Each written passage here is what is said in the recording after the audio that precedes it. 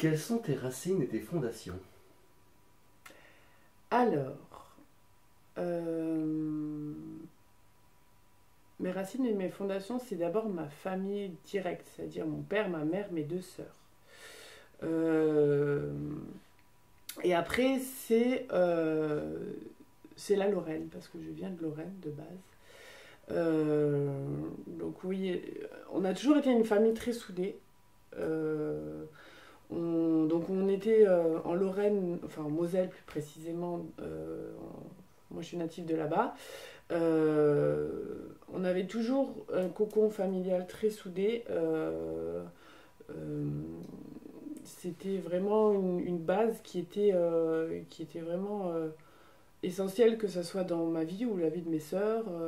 Ça a toujours été ça, et j'ai beaucoup puisé dans le modèle de mes parents, bon, que j'ai pas encore trop réussi à reproduire, mais ça, c'est pas grave, c'est ma vie qui veut ça. Mais, ouais, j'ai puisé autant dans le personnage de mon père que dans le personnage de ma mère, et indirectement aussi chez les grands-parents, parce qu'on se faisait garder, etc., par eux, pardon. Et voilà, donc ça a été vraiment mes premiers fondements, et je pense que c'est ceux de peut-être beaucoup de personnes, mais moi je tenais quand même à le souligner, parce que voilà, je mets pas. Enfin, ça fait partie de moi, et enfin, c'est quelque chose où je suis reconnaissante, donc voilà, je les remercie pour ce qu'ils m'ont apporté, mais il y a aussi les racines géographiques, parce que en fait, enfin, dans l'est de la France, c'est vraiment un tempérament entier. Enfin, je sais pas comment expliquer. Et en fait, quand je suis descendue dans le sud en 97, moi, ce qui m'a choquée, c'était qu'ici, c'est là où j'ai commencé à ressentir les colères, les machins, etc. Et, et en fait, ici, quand je suis arrivée ici, j'ai trouvé superficiel, j'ai trouvé pas, enfin les gens venaient te voir par intérêt, venaient te voir, enfin c'était très superficiel, et très bon, pas tout le monde, hein, parce que aujourd'hui j'ai des amis solides sur qui je peux compter, qui sont d'ici, etc., mais voilà, j'ai quand même eu beaucoup besoin, au début du moins, de remonter euh, régulièrement dans l'année, deux, trois fois par an, pour aller me ressourcer et reprendre cette dose de stabilité, en fait, enfin, qui était pour moi enfin, un premier stade de stabilité. Et après, en fait, j'ai appris, parce que je me suis dit, bon, ça commence à revenir cher, on va pas faire les allers-retours plein de fois, et puis après avec les études, etc. Et en fait, j'ai appris au fur et à mesure à me la recréer, cette stabilité, en virant les gens ou les choses que je voulais pas, et en me recréant des racines ici, sans forcément ma famille, parce que maintenant elle est éclatée un peu partout, mais en me recréant voilà, des racines ici avec à peu près les mêmes valeurs, et voilà, et ça. Donc maintenant j'ai migré les racines, enfin j'ai fusionné les racines de l'Est et du Sud. Donc voilà, donc mes parents, ouais, et puis les deux endroits qui me sont chers. Est-ce que tu peux nous préciser le lieu en Moselle? Ah, alors j'habitais à côté de Metz, à la limite de la frontière allemande. Donc là-bas, voilà, c'est très droit, c'est très carré, c'est très. Enfin, même les gens là-bas sont droits, carrés. Quand ils sont entiers, ils donnent. Ils peuvent paraître froids de prime abord, mais après, enfin, du moment qu'ils donnent une amitié ou une confiance ou quoi que ce soit, c'est vrai. Et c'est vrai qu'ici, c'est, euh, quand on arrive et qu'on ne connaît pas trop la mentalité d'ici. Bon, après, je dis pas, il y en a aussi qui étaient comme ça dans l'Est de la France, mais c'était une très petite minorité. Et voilà, et l'adaptation au départ, elle était compliquée. Mais Tu es arrivée extrêmement jeune, hein. 14 ans. Avec tes parents? avec mes parents, ouais. 14 ans avec mes parents, donc la période Walls Apart et Backstreet Boys. Où les amis, c'est très important. Mais là encore, avec la distance, comme on dit, loin des yeux, loin du cœur, à l'heure d'aujourd'hui, j'ai gardé une amie de là-bas. Une amie qui, voilà, quand je remonte, on se voit. Alors on s'était perdu de vue un petit moment, mais avec les réseaux, etc., on a repris contact et elle suit mes péripéties de chanteuse, d'architecte. Enfin, il y a plein de choses du coup qui sont plus accessibles qu'avant. Et puis voilà, enfin, ça a été marrant avec la coupure de voir aussi l'évolution qu'on a eu chacune de notre côté. Et puis c'est la fois où on s'est revus au bout de presque 15 ans sans se parler, mais c'est comme si on s'était jamais quitté.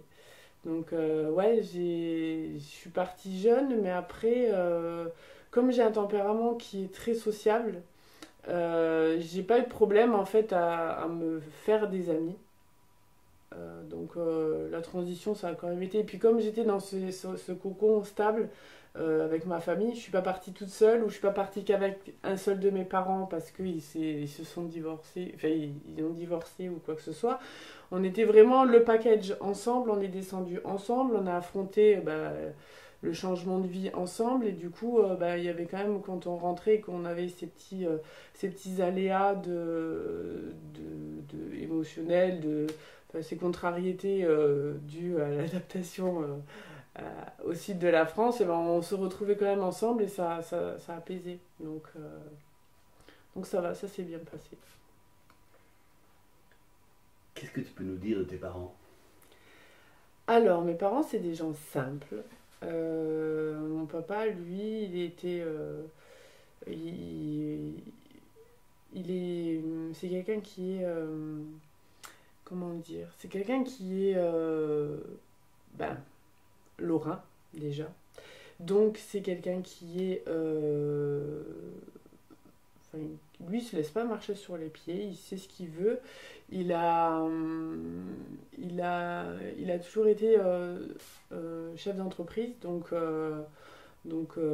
j'ai toujours eu une vision de lui qui était très volontaire. Enfin, il se donnait les moyens justement de régler les problèmes, de trouver des solutions, etc. Donc c'était quelqu'un qui était très... voilà, il me prenait souvent sur les chantiers, je l'aidais parce qu'il était menuisier, il avait une menuiserie. Et ça, enfin, je me souviens avoir été toujours à côté de lui, voilà, à lui poser des questions, à être... Et c'est peut-être un peu lui qui m'a envoyé vers le terrain de l'architecture et puis qui m'a donné goût au bâtiment parce que c'est vrai que voilà, moi je me rappellerai toujours, j'allais avec lui sur les chantiers, je voyais les choses qui se montaient, les machins, ça m'avait toujours passionné. Et un jour je lui ai dit, et j'adorais jouer au Lego. Et, euh, et du coup, j'essayais de refaire avec les fenêtres et tout, parce que bon, lui, comme il était. Et là, j'étais là et je me posais la question, je me suis dit, ah, j'aime bien quand même construire des trucs et tout. Et un jour, je me suis dit, qu'est-ce que ça serait comme métier où je pourrais faire ce que je fais avec mes Lego, en fait. Et, euh, et voilà, et puis en discutant, il me dit, architecte, et alors, ma grand-mère, si elle était là, elle vous bassinerait avec une phrase que je lui ai sortie, mais que je ne sais pas si c'est bien de dire, parce qu'un jour, elle me dit, mais pourquoi tu veux faire architecte, Fanny? Alors, moi, en fait, j'aimerais bien faire architecte parce que je vais commander des hommes. Donc, ça, c'était la phrase d'une petite fille de 6 ans. Mais oui, depuis l'âge de 6 ans, je pense que mon père il m'a permis déjà d'avoir une ligne directive pour mes études. Parce que ouais, depuis l'âge de 6 ans, je savais que c'était que c'était sur un peu son exemple que je voulais partir. Et après, ma maman, elle, c'est une femme qui a tout donné pour ses 3 filles. Elle a toujours été là, dans les bons comme dans les mauvais. C'était notre confidente. Enfin, c'est toujours notre confidente, malgré. Bon, maintenant, c'est avec, avec une caméra parce qu'ils sont un peu loin. Mais voilà, elle est toujours disponible, toujours à faire tout en son pouvoir, voire même des fois trop, pas trop, mais plus encore pour ses 3 filles. Mais toujours en nous gardant à l'esprit qu'il fallait respecter et que c'était comment dire, un échange en fait. Et que ça pouvait marcher que si c'était dans cette optique-là. Mais oui, ma maman, c'est une femme que... Alors, je dis pas à qui j'aimerais bien ressembler, parce que voilà, j'ai plus envie de ressembler à qui que ce soit, mais je l'admire beaucoup et je remercie les deux, d'ailleurs, pour ce qu'ils font encore à l'heure actuelle, ce qu'ils ont fait et ce qu'ils feront encore, parce que j'espère que ça va continuer encore longtemps. Tu dis que tu les vois par caméra, c'est qu'ils sont repartis? Alors, en 2011, en fait, mon père était maître d'œuvre, donc il s'occupait de construire des maisons et des immeubles. Et en fait, un jour, il n'a plus de travail. Enfin, voilà, ça s'est cassé la figure. Et comme le destin fait venir les choses bien comme il faut, ben, il a eu une opportunité de partir en Nouvelle-Calédonie. Voilà, donc bah, lui, comme c'est quelqu'un qui prend les choses et qui n'a pas d'état d'âme en fait sur partir et laisser. En fait, bah, quand en fait ça s'est terminé avec la menuiserie, c'est ce qui s'est passé. Il a dit autant recommencer un truc, moi j'ai pas envie de le recommencer à l'endroit où j'ai perdu ma première société au risque de passer devant, en fait, de me retrouver à être là, à avoir la boule au ventre, à me dire bah ça c'était à moi. Donc il a dit non, quitte à tout recommencer, paf, on descend dans le sud. Et ben là c'était pareil. En fait, c'était pareil. Et donc bah, il a dit Nouvelle-Calédonie. En plus, lui, son rêve, ça a été toujours de finir dans les îles. Donc, allez, on y va. Et en 2011, ils sont partis en Nouvelle-Calédonie. Alors, pour mon père, c'était dur parce que quand même, voilà, c'était la fois où le cocon là s'est cassé. Enfin, pas cassé, mais c'est disloqué. Euh, et, et, et ça a été beaucoup plus dur pour ma mère. Parce que comme on était très fusionnels entre mes 2 sœurs et moi et elle, ben voilà, ça a été un peu dur parce que voilà, ça a été la première fois où enfin déjà là, je devais faire attention au décalage horaire, donc je pouvais pas joindre ma mère comme je voulais, aux heures où je voulais, et donc la seule solution qui était, en plus, voilà, c'était la Nouvelle-Calédonie avant, c'était pas le réseau qu'ils ont maintenant, donc c'était très compliqué, c'était pas très de bonne qualité, ça plantait souvent, donc voilà, c'était la première fois où j'ai dû avoir recours à la tablette pour parler avec mes parents. Et après, donc ils sont restés jusqu'en 2018 là-bas. Ma sœur les a rejoints, une de mes 2 sœurs d'ailleurs, qui elle est encore là-bas. Et maintenant, ils sont tombés amoureux de l'Aveyron. Donc, ils sont partis construire leur maison tout seuls, en bois, dans l'Aveyron.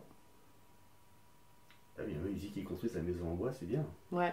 Non, ils ont décidé de poser leurs valises finalement pas dans les îles, mais dans l'Aveyron. Ils sont tombés amoureux de l'Aveyron. Et ouais, ils ont acheté un petit terrain et là, ils sont en train de fabriquer leur maison, mais de A à Z en bois. Donc là, il y a encore un peu de travail, mais ils se démerdent pas mal. Qui a fait des plans? C'est mon père. Ouais, c'est mon père.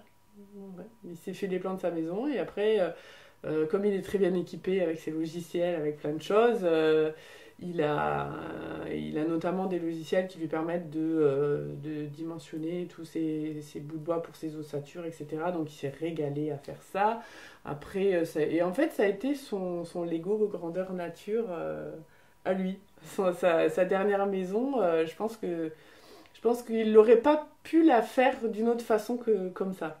En étant un maître menuisier. Un maître menuisier de base, finir sa dernière maison comme étant une maison en bois, je trouve que c'est pas mal.